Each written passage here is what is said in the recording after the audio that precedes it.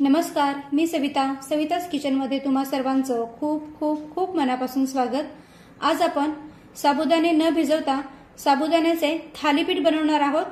छान खमंग, खुसखुशीत आणि मऊसूद हे थालीपीठ बनवून तयार होतात आणि चवीला पण छान लागतात। अगदी झटपट बनवून तयार होणारी ही रेसिपी आहे। चला तर साबुदाणे न भिजवता साबुदाण्याचे थालीपीठ कसे बनवायचे ते पाहूया। तर इथे मी 1 वाटी साबुदाणे घेतलेले आहेत। आता हे साबुदाणे मिक्सर मध्ये बारीक करून घेऊया। तर एक मिक्सरचं भांडं घेऊया आणि त्यामध्ये हे 1 वाटी साबुदाणे टाकूया आणि आता हे मिक्सर मध्ये अगदी बारीक करून घेऊया। तर हे पहा, साबुदाणे मिक्सर मध्ये मी छानपैकी बारीक करून घेतलेले आहेत। थोडेसे रवाळच आहेत, म्हणजे बोटांमध्ये धरल्यानंतर हे थोडेसे खरखरीतच जाणवत आहेत।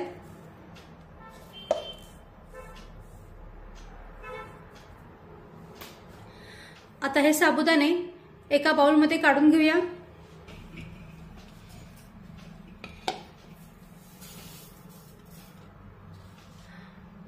आता यामध्ये 1 वाटी पाणी टाकूया।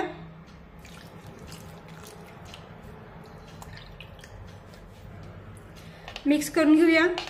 ज्या वाटीने आपण 1 वाटी साबुदाणे घेतले आहेत ना, त्याच वाटीने 1 वाटी मी पाणी यामध्ये ऍड केलेलं आहे।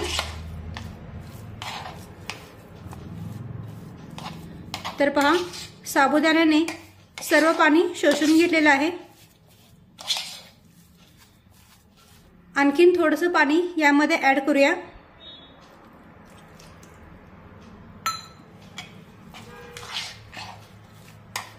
पुन्हा एकदा व्यवस्थित मिक्स करून घेऊया।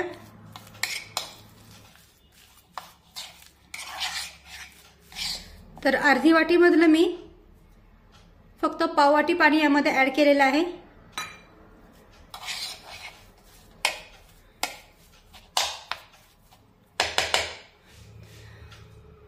आता हे राहिलेलं पाव वाटी पाणी सुद्धा ते टाकूया,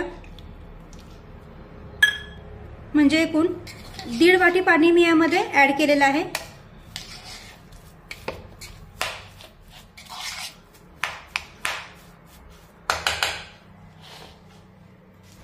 साबुदाणे भिजून झाल्यानंतर आता यावर झाकण ठेवूया आणि हे साबुदाणे 15 ते 20 मिनिटे भिजत ठेवूया।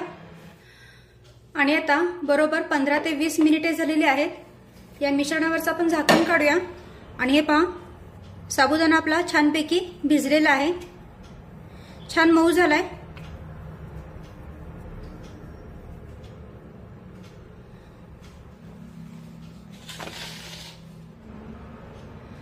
त्यानंतर इथे मी एक मध्यम आकाराचा कच्चा बटाटा किसून पाण्यामध्ये ठेवलेला आहे, जेणेकरून तो काळा पडणार नाही। आणि हा किसलेला बटाटा मी 2 ते 3 वेळा स्वच्छ धुवून घेतलेला आहे, जेणेकरून यातला जो काही चिकटपणा असतो तो कमी होतो आणि बटाट्यामुळे थालीपीठाच्या मिश्रणाला बाइंडिंग चांगलं येतं। आता हा किसलेला बटाटा आपण पिळून घेऊया आणि साबुदाण्यामध्ये टाकूया।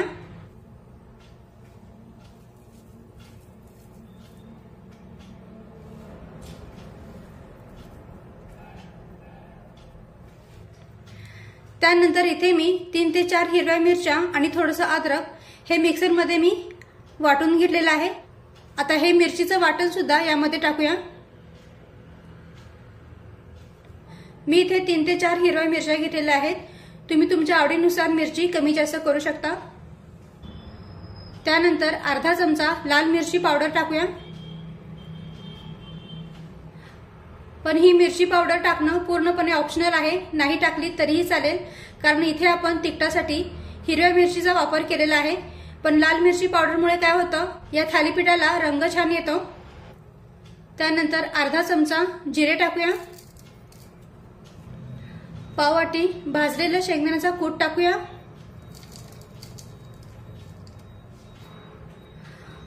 आणि चवीनुसार मीठ टाकूया। आता हे सर्व जिन्नस हाताने व्यवस्थित मिक्स करून घेऊया।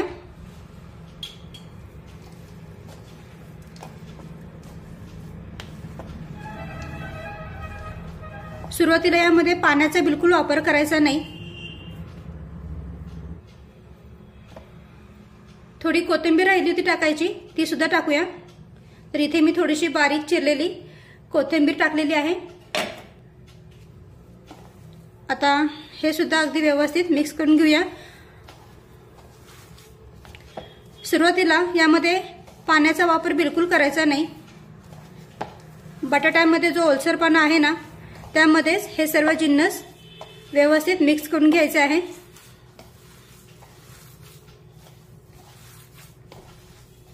आणि हे मिश्रण मिक्स करत असताना असं दाबून दाबून मिक्स करून घ्या, म्हणजे मग यामध्ये आपल्याला किती पाणी टाकायचं आहे याचा अंदाज येईल।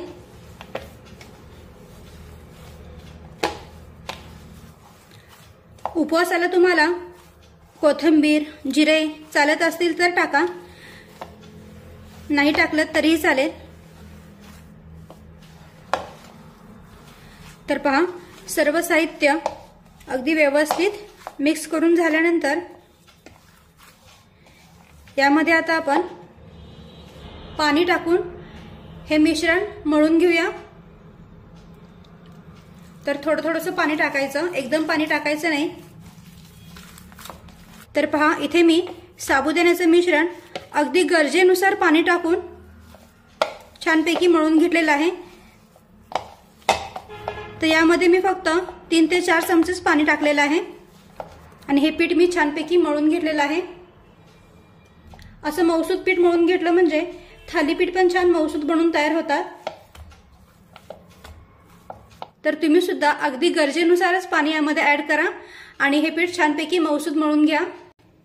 आता लगेचच आपण थालीपीठ बनवायला सुरुवात करूया। तर इथे गॅसवर मी पॅन गरम करायला ठेवलेला आहे। गॅसची फ्लेम ही अगदी मंदच आहे। आता या पॅनला तेल लावून घेऊया।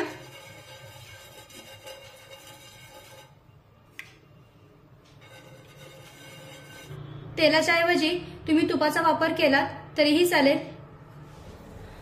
आता मिश्रणाचा एक गोळा काढून घेऊया। त्याला व्यवस्थित असं हातावर गोल गोल फिरून घेऊया आणि गोल आकार देऊन घेऊया। थालीपीठ थापण्यासाठी हे मिश्रण छान मऊसूत बनवून तयार झालंय। आता हा मिश्रणाचा गोळा या पॅन मध्ये टाकूया आणि हलक्या हाताने याला थापून घेऊया।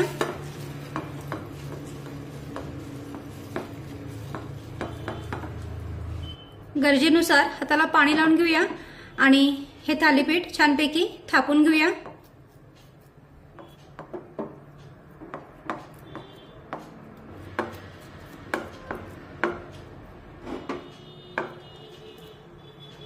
असं गरजेनुसार हाताला पाणी लावून थालीपीठ थापून घेतलं म्हणजे थालीपीठ थापायला सोपं जातं। आता या ज्या चिरा पडलेल्या आहेत ना, त्या चिरा व्यवस्थित जुळून घेऊया आणि या थालीपीठाला छान गोल आकार देऊन घेऊया।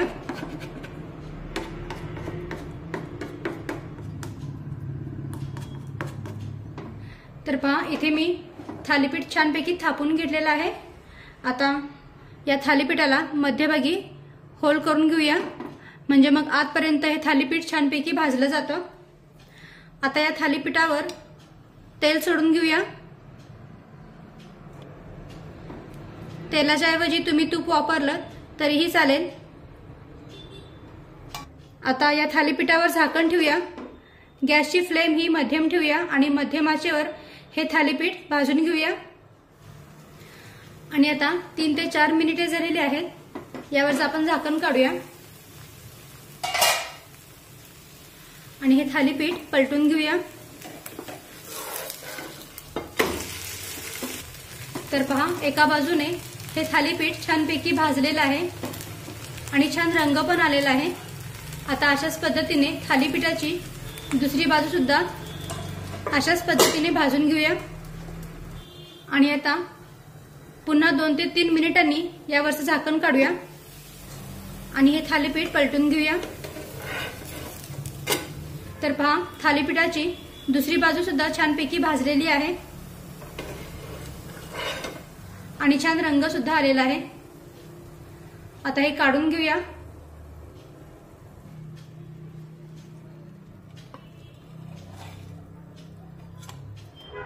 तर पहा किती मस्त हे थालीपीठ बनून झालंय। आता अशाच पद्धतीने राहिलेल्या मिश्रणाचे सुद्धा मी थालीपीठ बनवून घेते। तर पहा इथे आपले सर्व साबुदाण्याचे थालीपीठ बनवून तयार झालेत। पहा छान रंग आलेला आहे थालीपीठाला आणि दोन्ही बाजूने हे थालीपीठ छानपैकी भाजले पण आहेत।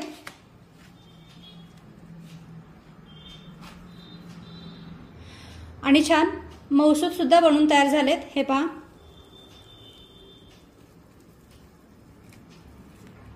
मस्त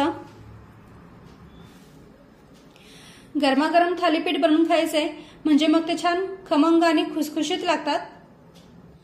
तर हे थालीपीठ तुम्ही दह्यासोबत किंवा मग उपवासाच्या चटणीसोबत खाऊ शकता।